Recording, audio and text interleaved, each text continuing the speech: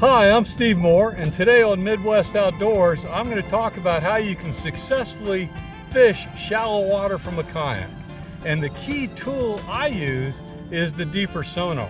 I've got their new product today, the Deeper Chirp, and the advantage of it over the older model is you have 3 beam widths, so you get exceptionally high resolution on the narrow beam, and it's got great battery life. It'll last all day. So why do I need a sonar where I fish? Well, let me show you what my challenge is. Where I fish, you have unremarkable shorelines. There's nothing there to indicate where a fish would be.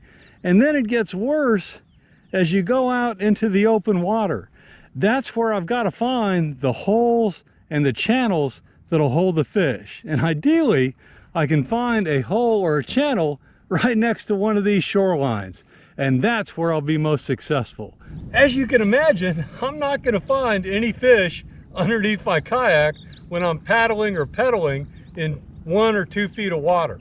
But I do need the sonar to key me on where the channels are, because what I'll do is I'll perch on the edge of a channel and fish the channel, or I'll find a hole and I'll fish that hole. And that's where the Deeper is a real advantage, because you can use it both in boat mode, where it's sitting off the side of your kayak sending a continuous signal, or you can attach it to your rod, fling it out there, and do a recon as you pull it back. That way, once I'm on the channel or the hole, I'm using this in deep water mode. Here's the display showing the detailed mode. You've got plenty of options when you're working in deep water, but Deeper has already optimized it for shallow by putting it into shallow mode for me.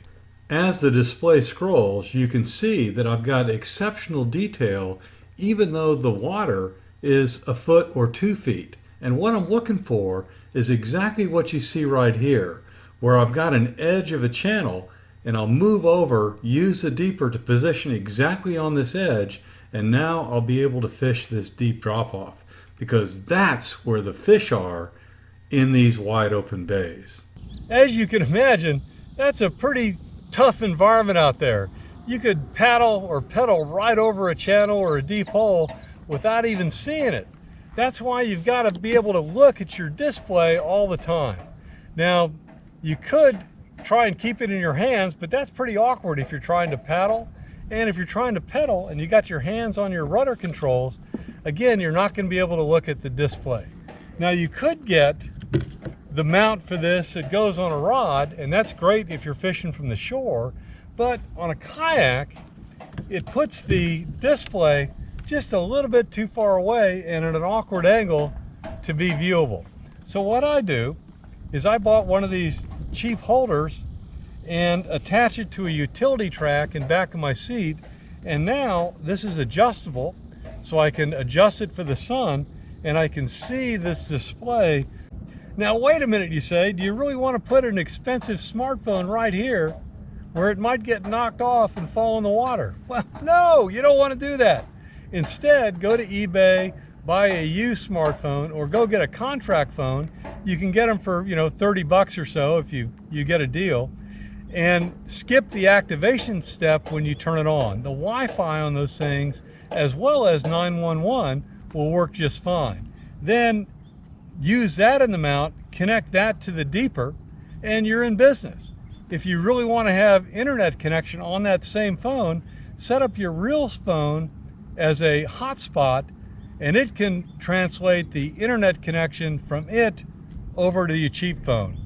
That way your expensive phone is always protected. Now when you mount the Deeper, the best way to do it is on this mount right here, because it's got this flexible arm that will keep the Deeper floating on top of the water. The Wi-Fi signal gets cut off if water goes over the top of the Deeper, and that's why you can't just attach the Deeper to a rod and pull it back behind your kayak, because it's going to dip down under the water. The range on this thing is spectacular. It'll get you 330 feet or so, so when you're in shore mode, you can really give it a good fling. Well, let's go out and see if we can catch some fish. Sitting here at the edge of the channel, Deeper put me onto them. Let's see if I can get him in. Okay, let's check him out. That's a sweet fish. For those of you who don't know what that is, that's a redfish. And they're tough fighters, as you just discovered. So that's how I use the deep run of the kayak to catch these nice fish in shallow water. Remember, it's not about the fish underneath you, it's about the structure around you.